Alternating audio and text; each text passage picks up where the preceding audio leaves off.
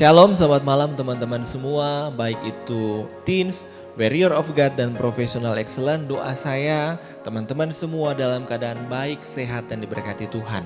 Malam hari ini kita akan melangsungkan ibadah gabungan kita, Next Gen Service. Saya percaya lewat ibadah-ibadah ini pasti sangat memberkati kita semua. Dan saya percaya dalam setiap pujian penyembahan Tuhan bertata di atasnya. Selamat beribadah.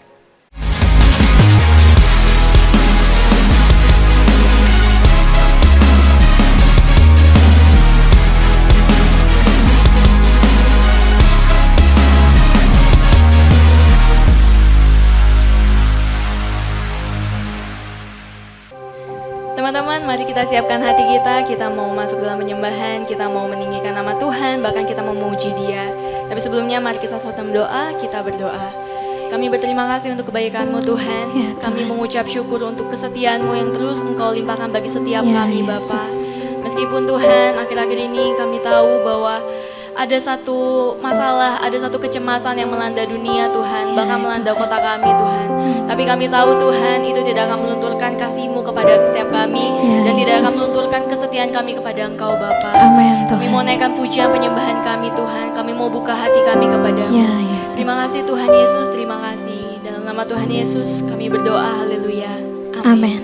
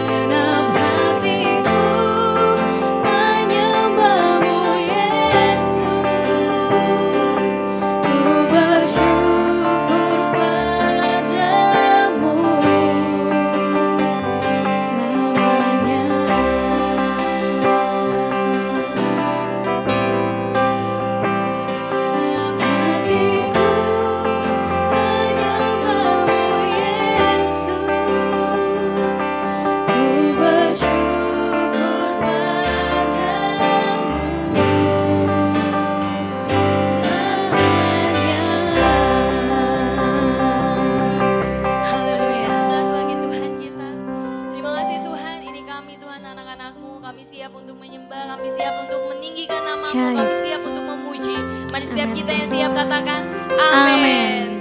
Berikan kemuliaan bagi Tuhan kita sekali lagi. Katakan Tuhan kita luar biasa, amin. Haleluya. Kita mulaikan pujian kita sama Tuhan. Dengan apa kita balas kebaikan Tuhan selain pujian dan penyembahan kita buat Dia. Haleluya.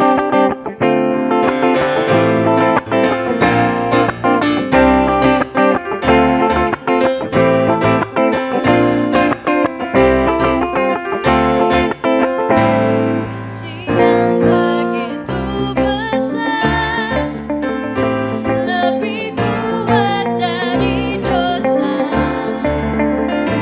Kasih yang menemukanku, selamatkan dan pulihkanku. Mari angkat tanganmu. Ku naikkan syukurku, ku tak akan berhenti memuji, meninggikan namamu selalu, menari, memuliakanmu. Dibebaskan, dibangkitkan, hidup yang kau beri dan kini hanya untukmu.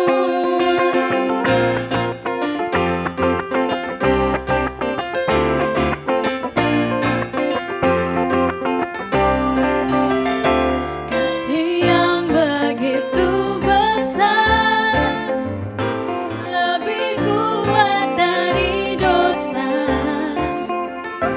Kasih yang menemukanku, selamatkan dan pulihkanku. Ku naikkan syukurku, ku tak akan berhenti memuji, meninggikan namamu selalu, menari, memuliakanmu. Dibebaskan, dibangkitkan, hidup yang kau beri dan kini hanya untukmu. Takkan berhenti memuji, meninggikan namamu selalu, menari, memuliakanmu. Dibebaskan, dibangkitkan, hidup yang kau beri dan kini hanya untukmu. Haleluya. Allah kita dahsyat, amin. Amin.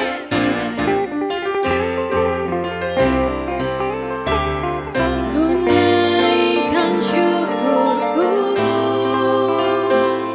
ku naikkan syukurku. Ku tak akan berhenti memuji, meninggikan namamu selalu, menari, memuliakanmu. Dibebaskan, dibangkitkan, hidup yang kau beri dan kini hanya untukmu. Takkan berhenti memuji, meninggikan namamu selalu, menari, memuliakanmu. Dibebaskan, dibangkitkan, hidup yang kau beri dan kini hanya untukmu.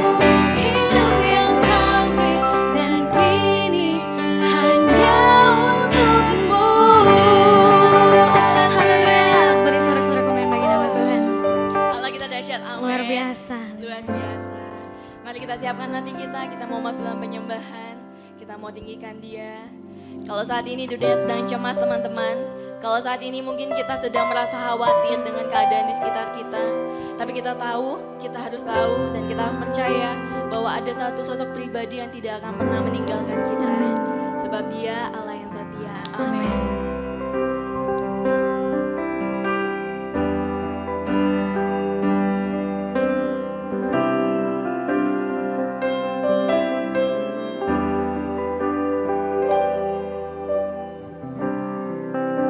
Tiada yang dapat pisahkan ku dari terangnya kasih-Mu.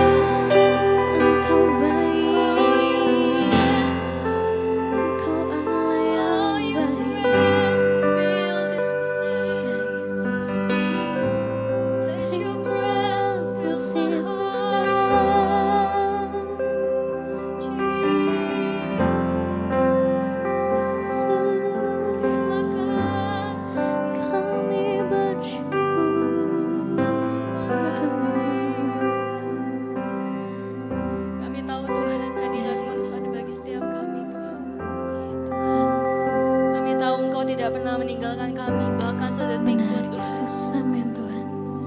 Kami mau angkat tangan kami di hadapan-Mu Tuhan. Ya Yesus. Kami mau katakan Engkau baik Tuhan. Engkau baik Yesus. Engkau setia Tuhan. Engkau setia Tuhan. Terima kasih Yesus. Mari sama-sama katakan. Kau hadir di setiap langkahku. Ku aman di dalam hadirat-Mu. Kau buktikan Engkau setia. Yesus, Yesus.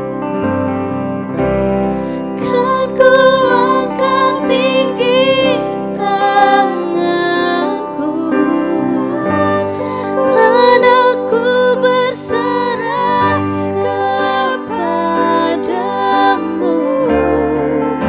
Selamanya Engkau setia. Selamanya Engkau setia.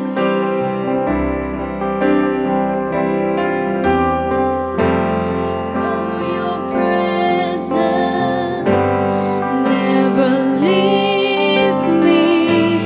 Oh, you'll never forsake me. Oh, your presence never leave me, and you'll never forsake me. Kasih tepuk tangan yang meriah buat Haleluya. kita. Haleluya. Yesus.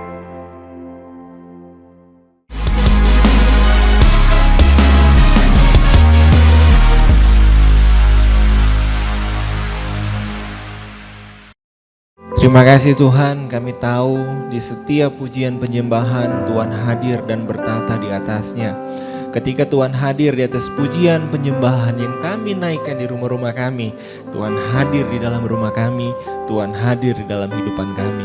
Ketika Tuhan hadir, badai persoalan apapun bersama Tuhan kami sanggup melewatinya. Terima kasih Tuhan, malam hari ini kami rindu merenungkan sebagian dari kebenaran firman Tuhan. Kiranya firman Tuhan itu bisa jadi kekuatan bagi kami, penghiburan bagi kami, dan memberkati kehidupan kami, menguatkan kami di saat-saat kami sedang lemah, di saat-saat kami sedang takut. Berbicaralah bagi hamba-Mu ini Tuhan, pakai hamba-Mu dengan segala kekurangan dan keterbatasannya. Biarlah firman Tuhan dapat disampaikan dengan penuh, dengan baik, dan jemaat dapat mengerti Tuhan. Dalam nama Yesus kami berdoa, haleluya, amin. Shalom teman-teman semua, tanpa terasa hampir 2 minggu kita tidak bertemu dalam ibadah-ibadah komisi, baik itu trust, baik itu warrior of God, baik itu professional excellent.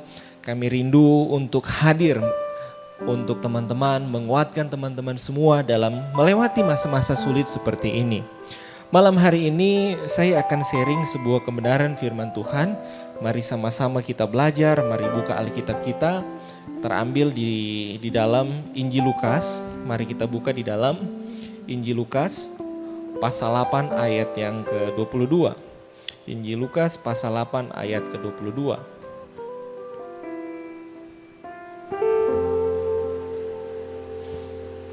Saya bacakan teman-teman, mari simak. Pada suatu hari Yesus naik ke dalam perahu bersama-sama dengan murid-muridnya. Dan ia berkata kepada mereka, "Marilah kita bertolak ke seberang danau."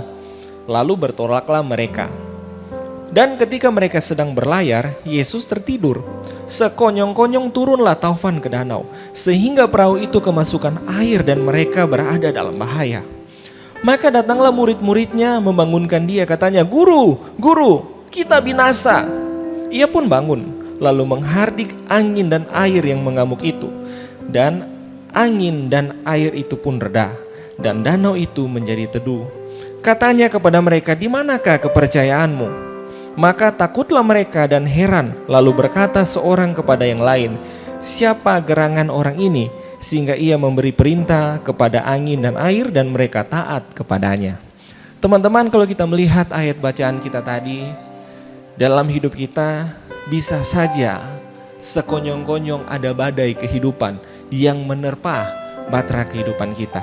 Kalau kita melihat di dalam ayat bacaan kita tadi, murid-murid Yesus bahkan bersama-sama dengan Yesus berada dalam sebuah perahu. Tapi secara tiba-tiba firman Tuhan katakan sekonyong-konyong ada badai yang menghantam kapal mereka atau perahu mereka. Teman-teman, sebelum kita fokus membahas ayat ini, mari kita lihat dalam Perjanjian Lama. Ada kisah yang mirip seorang yang diterpa badai di dalam kapal, saudara. Saudara ingat kisah Yunus? Ketika itu Yunus berada dalam sebuah kapal untuk melarikan diri dari hadapan Tuhan.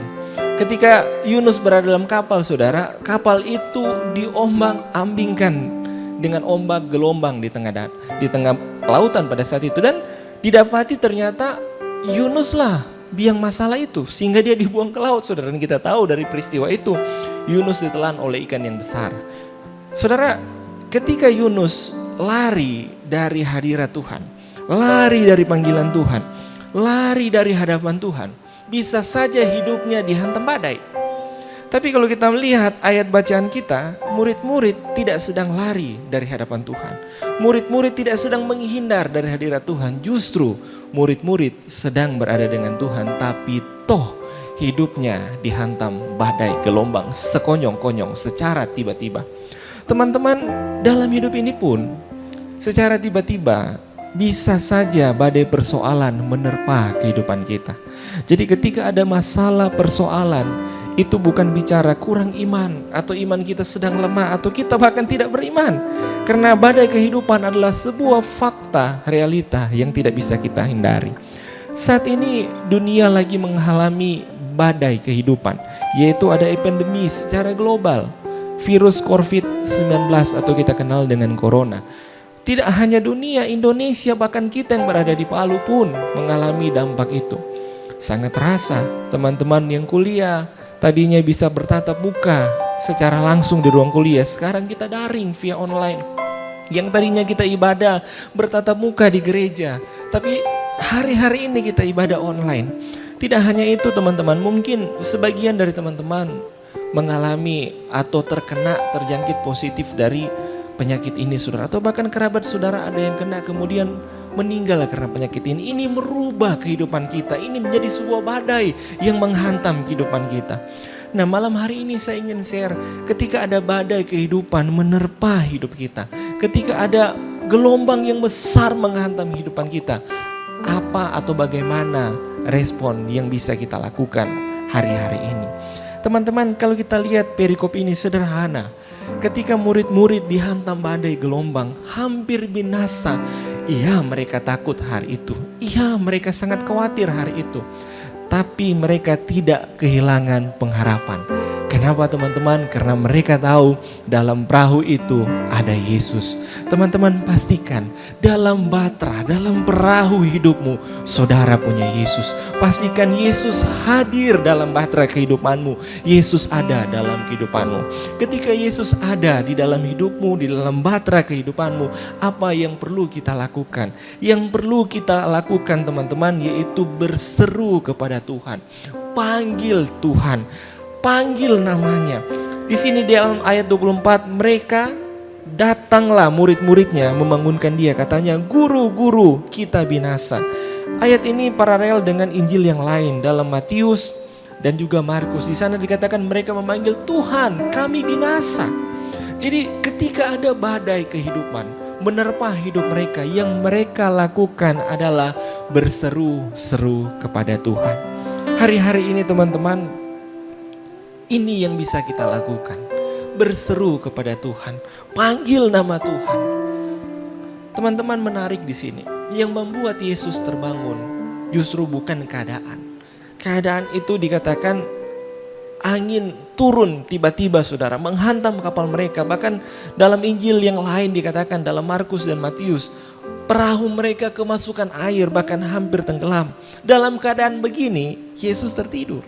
Jadi menarik, yang membangunkan Yesus dari tidurnya bukan keadaan, badai, angin tofan, atau danau yang mengamuk, bukan. Tapi yang membangunkan Yesus justru seruan anak-anaknya minta tolong. Yang membangunkan Yesus adalah seruan murid-muridnya minta tolong. Yesus tahu mereka takut. Yesus tahu mereka sedang dalam keadaan bahaya. Yesus tahu mereka butuh pertolongan. Maka dari itu Yesus bangun dan dengan sigap segera Yesus menghardik angin dan danau itu dan berkata, tenanglah. Maka danau itu pun tenang. Yang perlu kita lakukan teman-teman ketika kita mengalami badai kehidupan, pastikan saudara punya Yesus dalam perahu hidupmu, dalam bahtera hidupmu. Ada Yesus di dalamnya. Kemudian apa yang harus kita lakukan? Berseru-seru kepada Tuhan. Panggil nama Tuhan. Saya mencatat di sini paling tidak ada 3 hal. Ketika kita berseru kepada Tuhan, bagaimana cara kita berseru kepada Tuhan? Atau bagaimana kita bisa berseru kepada Tuhan? Teman-teman mari lihat di dalam Kisah Para Rasul 16 ayat 25 sampai 26. Ini kisah tentang Paulus ketika berada dalam penjara. Di situ dikatakan begini, tetapi kira-kira tengah malam Paulus dan Silas berdoa dan menyanyikan puji-pujian kepada Allah. Dan orang-orang hukuman lain mendengarkan mereka. Akan tetapi terjadilah gempa bumi yang hebat sehingga sendi-sendi penjara itu koyak. Dan seketika itu juga terbukalah semua pintu dan terlepaslah belenggu mereka semua. Satu kali Paulus dan Silas menghadapi fitnah, saudara. Kemudian mereka harus dijebloskan di dalam penjara. Penjara bicara masalah, penjara bicara persoalan kehidupan yang sedang mereka alami. Tapi lihat respon Paulus, respon Silas ketika mereka ada dalam badai kehidupan. Yang mereka lakukan pertama, mereka berseru kepada Tuhan melalui doa. Jadi yang pertama yang dapat kita lakukan teman-teman, berserulah kepada Tuhan lewat doa saudara. Teman-teman, firman Tuhan katakan Tuhan itu hanya sejauh doa. Doa ini alat kita berkomunikasi dengan Tuhan. Doa ini yang membuat saudara terkoneksi dengan Tuhan. Doa ini yang membuat saudara terhubung dengan pribadi Allah.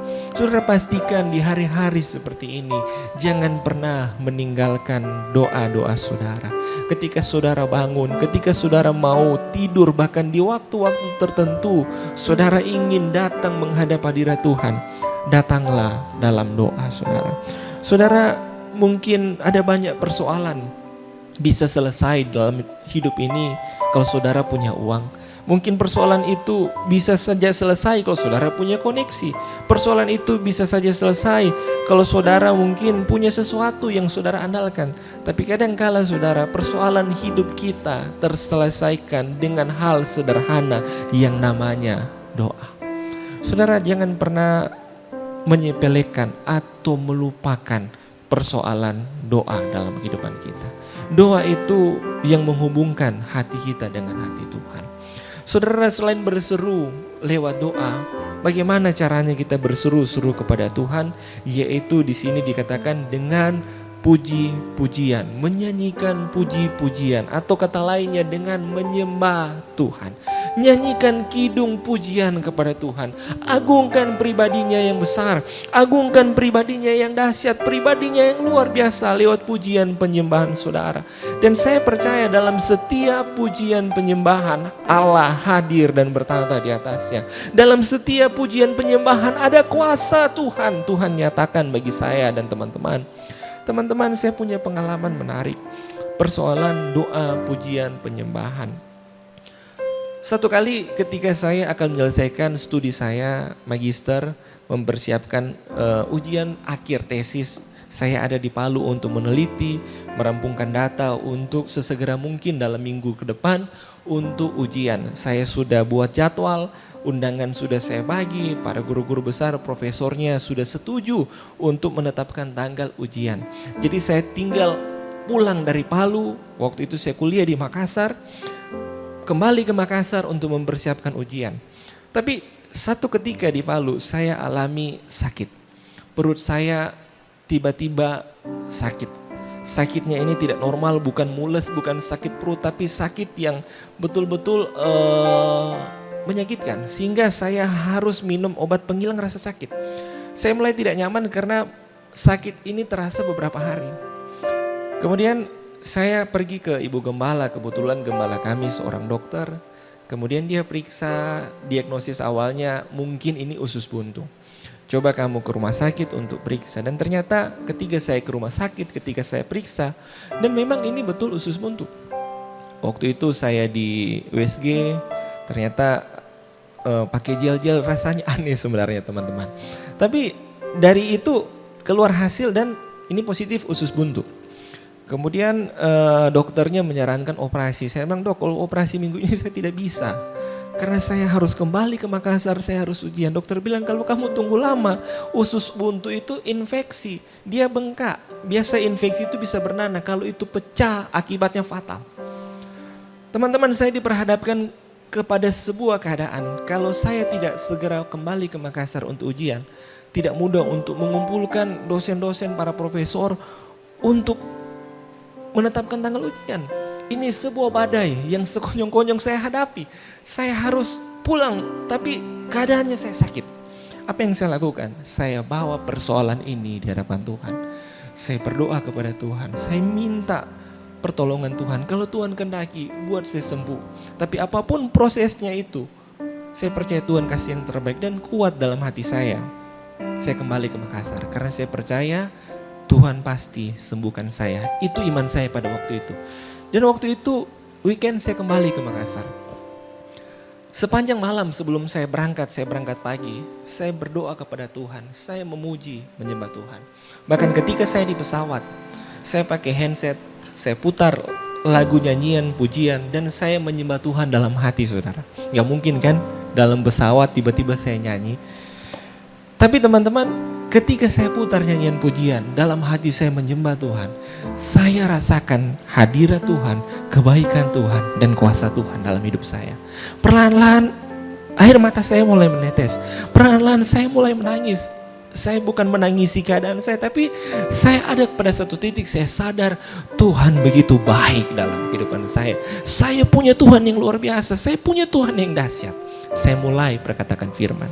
Kemudian orang di sebelah saya senggol, bilang, Pak, Mas, lagi ada kedukaan ya. Karena dia lihat mungkin saya sedang meneteskan air mata di situ. Saya cuma bilang begini, saya cuma merenungkan kebaikan Tuhan. Tuhan itu baik, Pak. Dan dia tersenyum kepada saya. Ketika sampai di Makassar, saya masih ikut ibadah minggu. Dan tema ibadah minggu hari itu bicara tentang kesembuhan. Dan teman-teman, saya kembali dikuatkan oleh firman Tuhan lewat doa, pujian, penyembahan. Bahwa Tuhan sudah menyembuhkan saya, bilur-bilurnya menyembuhkan saya. Oleh darah Kristus Yesus, saya sudah sembuh. Dan Seninnya, saya ikut ujian, sakit yang tadinya saya rasakan, itu hilang. Dan sampai hari ini, saya tidak pernah operasi usus buntu, sakitnya tidak pernah kambuh lagi. Dan saya percaya itu kuasa Yesus Kristus Tuhan. Dari mana saudara? Lewat hubungan kita dengan Tuhan. Melalui doa, pujian dan penyembahan. Dan yang terakhir, dengan memperkatakan firman Tuhan. Bagaimana kita berseru? Lewat doa. Bagaimana kita berseru? Nyanyikan puji-pujian kepada Tuhan. Dan bagaimana kita berseru? Lewat memperkatakan firman Tuhan. Di dalam Markus 11 ayat 23 dikatakan, barang siapa berkata kepada gunung ini, beranjaklah dan tercampaklah ke dalam laut, asal tidak bimbang hatinya, tetapi percaya bahwa apa yang dikatakannya itu akan terjadi, maka hal itu akan terjadi baginya. Kalau teman-teman hari-hari ini sudah mengisi waktu dengan berdoa, menyanyi, memuji, menyembah Tuhan, perkatakan firman Tuhan. Sebab firman Tuhan itu berkuasa, firman Tuhan itu dahsyat, firman Tuhan itu ajaib teman-teman. Mari praktekkan ini. Hari-hari ini corona itu jadi sebuah hal yang selalu diperbincangkan dimanapun. Tapi mulailah kita dengan diri kita sendiri memperkatakan firman Tuhan. Yang keluar dari mulut kita adalah perkataan firman. Biarlah apa yang kita perkatakan membangun manusia rohani kita. Membangun manusia rohani kita untuk selalu berharap, percaya sepenuhnya kepada Tuhan. Teman-teman, firman Tuhan itu berkuasa dalam kehidupan kita. Mari perkatakan firman itu. Jangan kita perkatakan kata-kata yang negatif. Jangan kita perkatakan hal-hal yang negatif dalam hidup ini. Sebab Tidak ada faedahnya teman-teman. Tapi mari kita bangun manusia rohani kita dengan memperkatakan firman Tuhan. Teman-teman, apa yang Yesus katakan kepada murid-muridnya yang sedang ketakutan tadi dalam ayat bacaan kita, kita bisa lihat Yesus berkata kepada mereka, di manakah kepercayaan? Saudara, ketika kita takut, seringkali kita meragukan kuasa Tuhan. Ketika kita takut, khawatir di masa-masa seperti ini, kita kehilangan pengharapan. Tapi pesan firman Tuhan malam hari ini, jangan pernah kehilangan pengharapan. Sebab dalam hidupmu, dalam bahtera kehidupanmu, engkau punya Yesus. Mari berseru kepada Dia lewat doamu. Mari berseru kepada Dia lewat pujian, penyembahan. Mari agungkan Dia. Mari berseru kepada Yesus dengan memperkatakan firman Tuhan. Setiap Anda bangun pagi hari, perkatakan firman Tuhan. Dan apapun yang kita perkatakan firman Tuhan itu berkuasa teman-teman. Firman Tuhan itu tidak pernah akan kembali dengan sia-sia. Malam hari ini sebelum saya mengakhiri renungan firman Tuhan ini, saya rindu berdoa buat teman-teman.